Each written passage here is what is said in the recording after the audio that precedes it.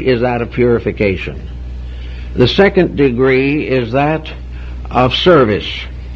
The first degree, the individual tries to clean the inside of his own cup.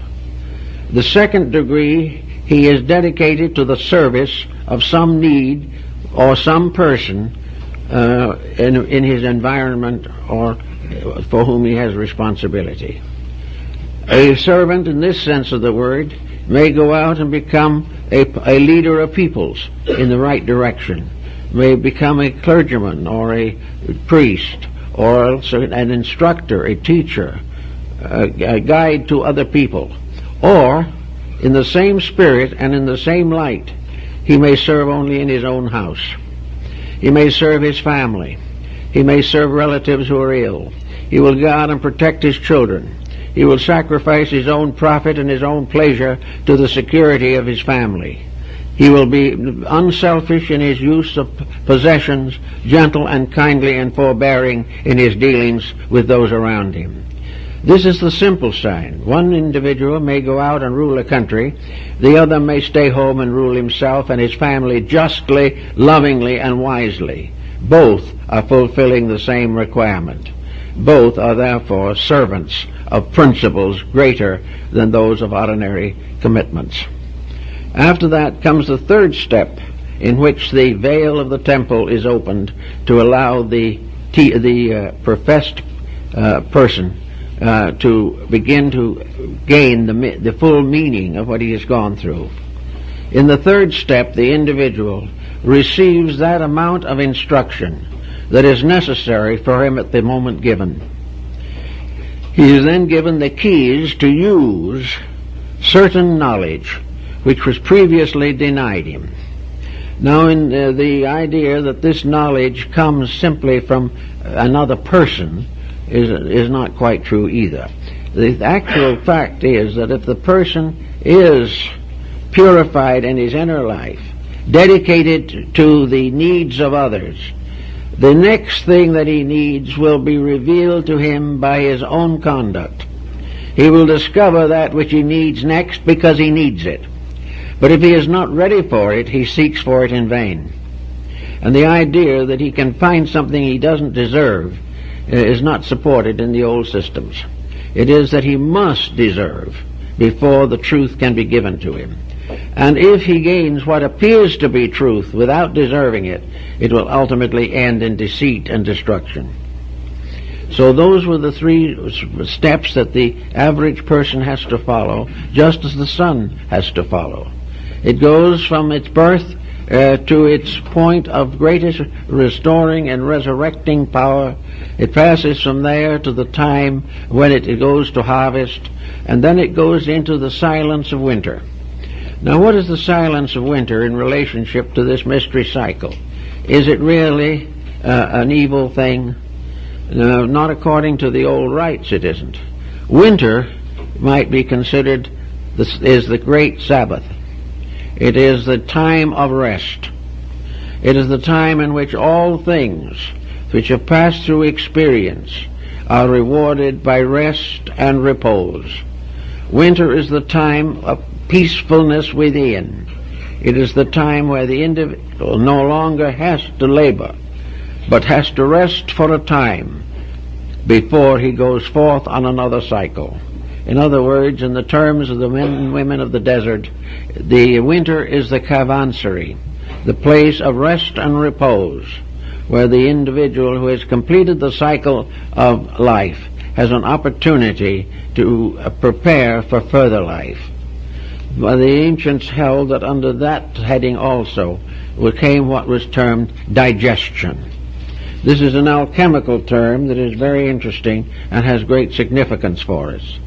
Digestion means that having passed through a series of experiences, it is necessary for the individual to summarize what he has accomplished. It is necessary to transform an experience into an awakening of inner value.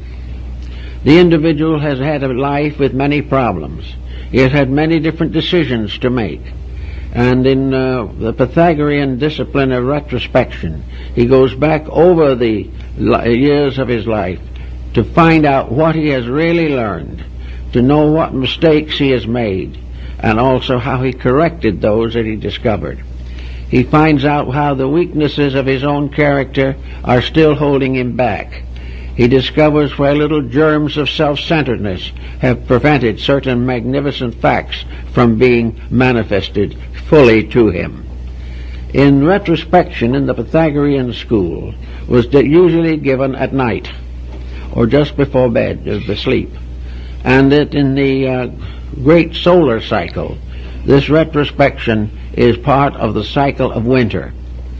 This cycle of winter is a very interesting phenomenon because we know very little about it, except everything seems to go to rest or go to sleep. And there are few things, however, like the evergreen, which was among ancient peoples always the symbol of immortality, and therefore the Christmas tree, that in this phase of the situation, the soul comes to a temporary condition of after-death awareness. It is not judged by something else, it is judged by itself.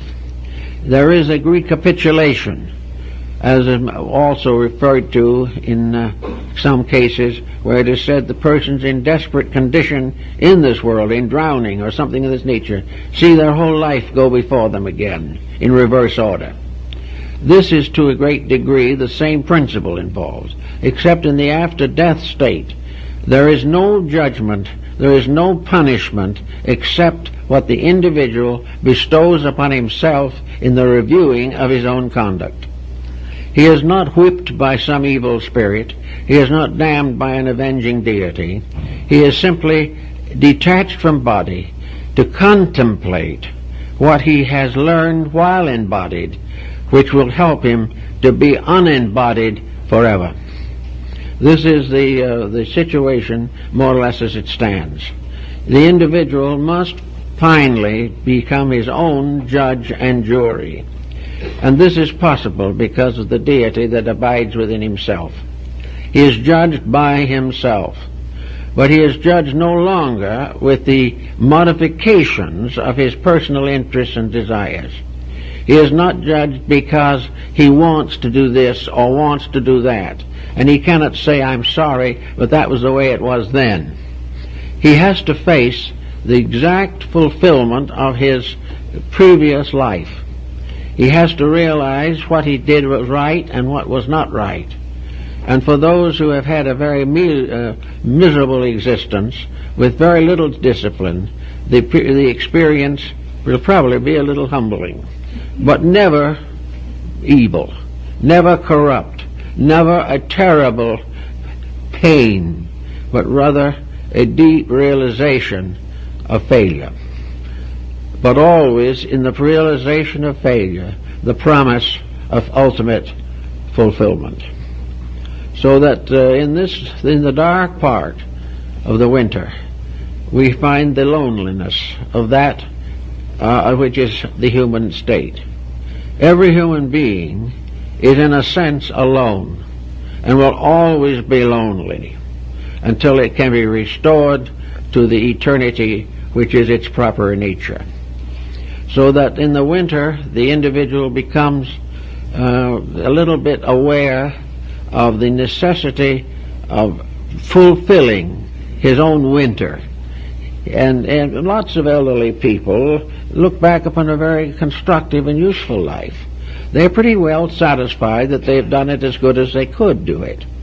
And when they're unbodied, then they will also have a clearer vision of what it all meant. Very often the individual can only say, well, I did sacrifice myself because I felt it was necessary. But this isn't the real message.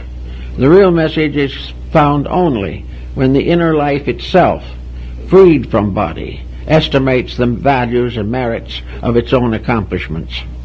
And very often these accomplishments are better than we think. And very often these accomplishments cause the simple person to be given precedence by his own conduct over those who seem to be much more advanced than himself. After this experience of winter comes again the problem of a new spring of life. And in this experience, the soul goes to sleep again.